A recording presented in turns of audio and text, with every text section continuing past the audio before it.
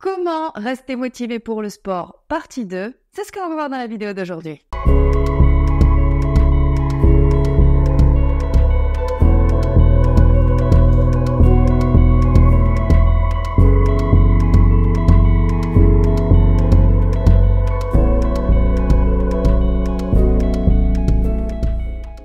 Salut mes petits bichons, j'espère qu'aujourd'hui ça va.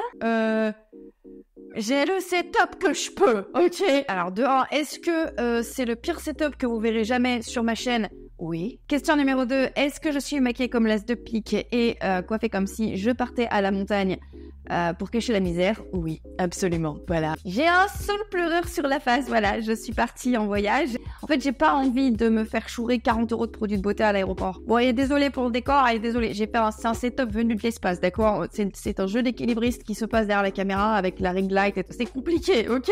Alors, la vidéo d'aujourd'hui est la suite de la vidéo qui normalement est sortie lundi, dans laquelle je vous donnais les secrets que moi j'ai utilisés pour développer et conserver une relation avec le sport qui dure. Et boy oh boy, j'ai plein de conseils à ce sujet et je vais vous les donner là. Et en fait, les conseils que je vais vous donner aujourd'hui vont avoir pour but de rendre pour vous justement l'accès au sport et la pratique du sport régulière facile, parce que c'est le but en fait de cette série de 2 vidéos, c'est de vous donner des techniques qui vont vous permettre de rester constant et régulier pour le sport. Pourquoi est-ce que c'est important? Parce que c'est la condition sine qua non pour obtenir des résultats avec le sport. Si vous voulez avoir un corps ferme et tonique, si vous voulez avoir une condition physique qui vous permette de faire pas mal de choses dans la journée, si vous voulez être en forme, si vous voulez avoir des certains bénéfices aussi sur l'aspect mental, parce que concrètement, le principal avantage du sport, ça reste la santé mentale, eh bien, le secret, c'est la régularité et la constance. Et le plus compliqué avec le sport, c'est d'être constant et régulier. Et donc, les conseils que je vous donne aujourd'hui vont vous permettre de mettre en place une pratique sportive régulière. Mais avant de rentrer dans le vif du sujet, pour ceux qui ne me connaissent pas, je suis Lula Morales. Je travaille dans le milieu du coaching depuis déjà 13 ans, 14 ans maintenant. Et je suis là pour aider les gens à gagner en discipline et en confiance en eux. Et pour ce faire, j'ai des programmes de coaching, notamment où je me réveille le matin avec mes élèves pour justement se motiver, travailler et avancer dans ses objectifs. Et si ça vous intéresse, vous pouvez cliquer sur le lien qui figure peut-être quelque part en haut. Et dans tous les cas, en commentaire épinglé et en barre d'infos, vous cliquez, vous prenez directement rendez-vous avec moi et on peut parler de ce qu'on a à faire ensemble.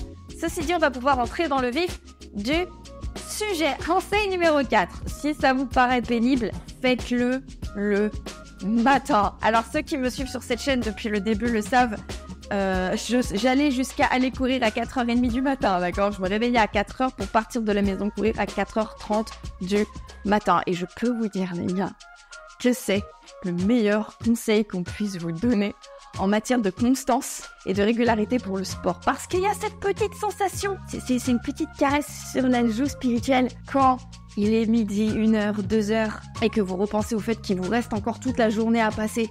Et là, vous dites et le sport c'est fait déjà. J'adore me lever très tôt le matin pour cette très exacte raison. Pour très exactement cette sensation délicieuse. En fait, d'ailleurs, je ne vis que pour ça. Ce moment où il est 13h. Concrètement, j'arrête de travailler très tôt. J'ai travaillé depuis 5h du matin. Je me suis réveillée à 5h. J'ai commencé à travailler à 5h30, 5h40. Que, entre-temps, je suis allée nager. Et que je me suis rendu compte que les parties les plus coûteuses en énergie de ma journée, de mon travail, des choses à faire, que ce soit travailler, coacher les gens, écrire des vidéos ou les tourner, et puis je suis allée à la piscine, etc. Et qu'il est 13h30, 14h. Et je me rends compte que maintenant, tout ce qui me reste à faire, c'est les petites choses, quoi.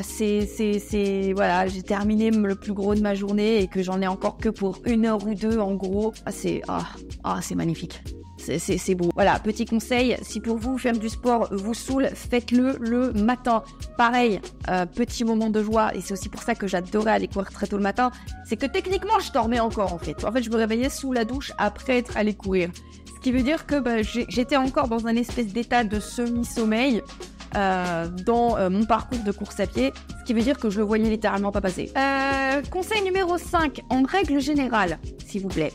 Faites de la place dans votre vie pour le sport. Au même titre que votre boulot, votre vie sociale ou votre vie de couple, le sport demande à être pris au sérieux. Alors, qu'est-ce que je veux dire par là ? En gros, vous devez allouer dans votre vie, dans votre semaine, dans votre mois, dans votre budget, dans votre temps, dans votre dans votre énergie de la place pour le sport. D'accord? Vous devez considérer le sport comme une priorité au même titre que le reste de votre vie. Pour pouvoir être régulier dans le sport, il faut lui faire de la place. Et je le disais dans la vidéo précédente, mais là, j'insiste vraiment sur le caractère concret de ce conseil.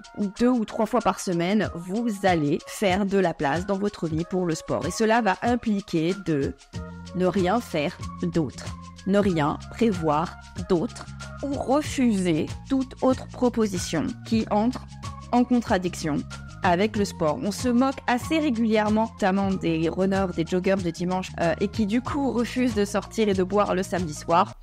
Oui, quand on apprécie vraiment la course à pied, ça fait partie des sacrifices que l'on n'est pas dérangé à faire. C'est également valable pour le budget. Si vous savez que vous allez avoir besoin d'une certaine somme d'argent, que ce soit pour vous payer votre salle de gym, pour vous payer votre matériel, pour vous payer le déplacement, pour y aller, que sais-je, il faut établir un budget pour le sport.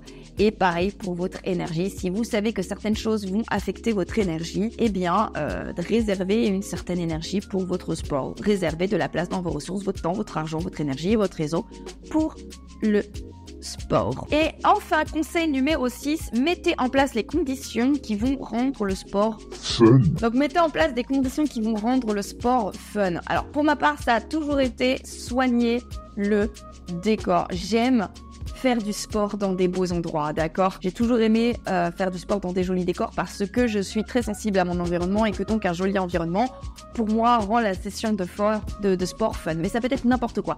Ça peut être soigner ses vêtements. Alors, tombez pas non plus dans le travers du nouveau en sport qui achète les produits les plus technologiques et les vêtements les plus hype pour faire 2 séances et s'arrêter. C'est vrai qu'on a tendance un petit peu à lever le sourcil à la salle de gym quand on voit une nana qui est surmaquillée pour aller au sport.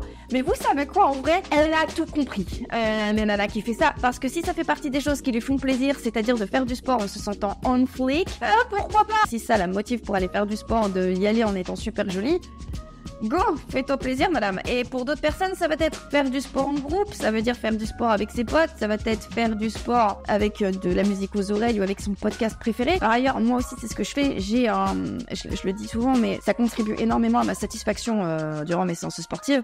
C'est que j'ai en fait un lecteur MP3 amphibie. C'est un lecteur MP3 qui va dans l'eau. Du coup, dedans, je stocke régulièrement, je recharge et je recharge et je remplace régulièrement des podcasts, la musique, une playlist et je vais nager avec ça. Et franchement, j'ai la sensation que ma séance de sport dure 20 à 30% moins longtemps. Et c'est cool. Et ça me permet du coup de nager plus longtemps et donc d'améliorer mes performances. Cercle vertueux. Écoutez, je pense que j'ai tout dit pour aujourd'hui. Cette vidéo est terminée. Abonnez-vous si cette chaîne vous intéresse. Si cette vidéo vous plaît, vous me mettez votre plus beau pouce. Si vous avez d'autres techniques pour rendre le sport plus simple, plus ludique et pour faciliter votre régularité à la pratique sportive, c'est dans les commentaires que ça se passe. J'ai toujours une voix d'adolescente, c'est terrible. Prenez... En attendant, je vous embrasse. Putain, j'ai vraiment la voix pétée. En attendant, je vous embrasse. Prenez soin de vous et comme d'habitude, n'oubliez jamais que dans la nature, les individus qui survivent ne sont pas les plus forts, mais ceux qui s'adaptent. Prenez soin de vous. Everybody loves you, baby. Oh merde, je dois aussi faire attention à... Non mais c'est pas possible.